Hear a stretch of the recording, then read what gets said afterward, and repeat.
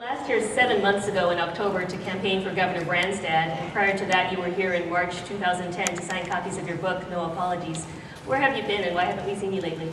Well, I'm thinking about the year I spent in 2007. I was here an awful lot, so it almost felt like home. I was here so often. And in between that time, well, I wrote a book, and I hope you've had the chance to, a few of you, to get that. It's called No Apology. And I have to be honest, I started off, I hired a ghostwriter.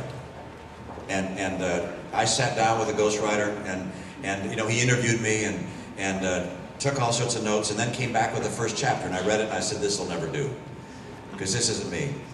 And so I went to work doing my own research and doing my own writing, and got a lot of help and input from others, as you might imagine, but I wrote the book myself, and that took a lot of time. I got the chance to go out and take it to the American people, and I'll continue to do that. And you'll see me more than you like, I'm afraid, in Iowa. You're going to see my face from time to time, and you're shaking your head. You can't see me too much, right? Thank you, Dad. No, I'm kidding.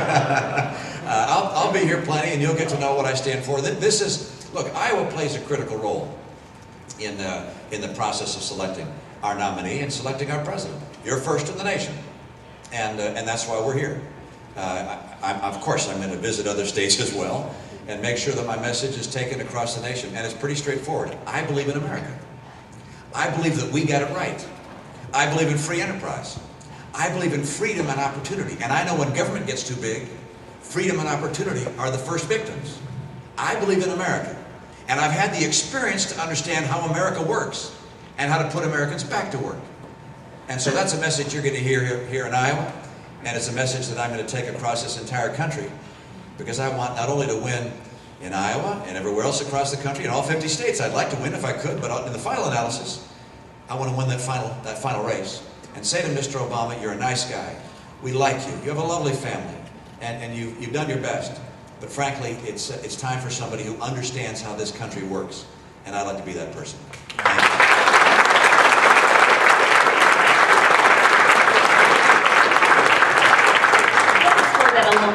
You are considered the national frontrunner for the 2012 Republican nomination for president.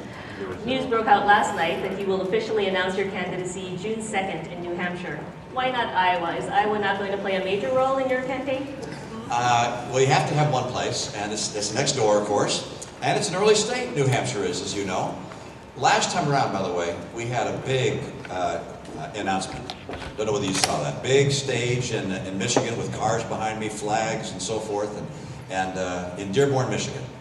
And then we got in a private jet that we rented and flew around from state to state to state. Very expensive. Times are a little different right now. These are lean times for a lot of Americans. And if you want to run a smart campaign, I think you need to be lean as well.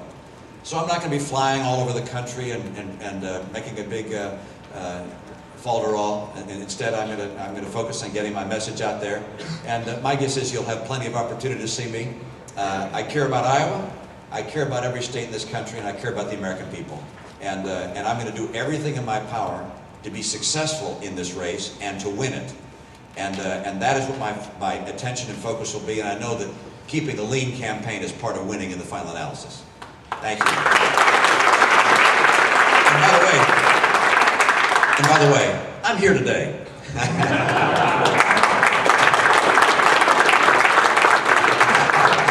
Right here in the front row, we have someone who has a brilliant idea. She said, save the money, just announce today. I know Governor Branstad's message was don't skip Iowa. Do you plan to participate and compete in the Iowa straw poll in August and in the caucuses in February? Well, as to which events we do and how much money we spend and how many trips we make, that's something for the political people to figure out. We're going to do what we think is best calculated for me to become the nominee and for me to win the White House. And those of you who support my message are going to say that's exactly the right thing to do. So I can't tell you right now which things we'll participate in. There are straw polls, as you know, in a number of states. Michigan's having a straw poll. Florida's having a straw poll. Iowa, of course, has a famous straw poll, and there'll be others down the road. So, I'll wait until after I've announced and my political people try and figure all that out. But what you can know is I'll be here debating. I'll be here being interviewed. I'll be here speaking, and you'll get to know me even better than you did last time.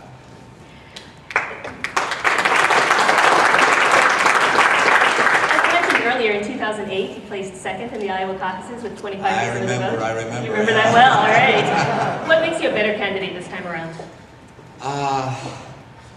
You know, it's interesting.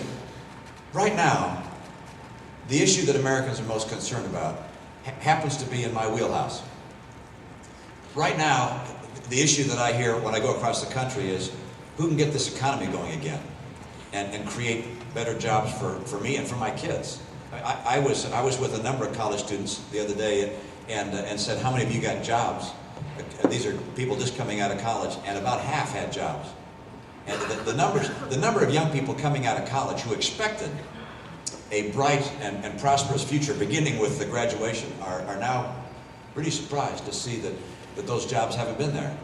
And there are a lot of people in their 40s and 50s who, as their employer has shrunk, wonder if they're ever going to get another job, having waited year after year. And there are people whose entire savings, their entire real asset value in their life is their home, and watching home values go down and down. Even now, how many years after the recession is officially over, we're still seeing home values go down. And so what I know, and what I've spent my life doing, is particularly relevant right now.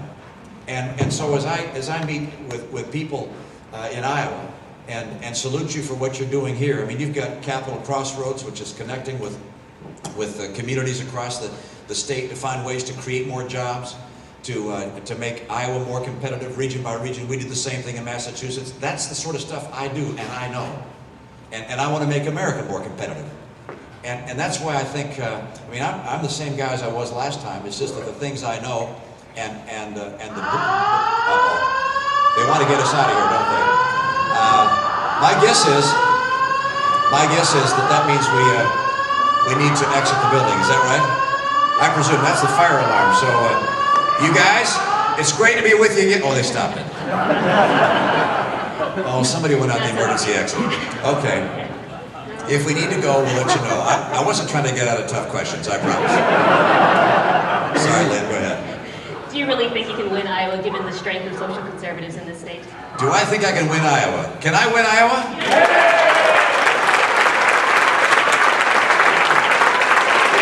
Thank you. Next question. Question here from our audience. We are still recovering from the economic downturn. Let's see. I believe in following safety first, so I would. It's just going to keep on going. Who can tell us here what the circumstance is? You know, discretion is the better part of valor. I think we ought to be very careful and just carefully go on outside, and I'll be happy to get pictures with each of you, shake hands with you if we got some time. And I want to say thank you for being here. Thanks for your help, and let's win a good one here. Thank you.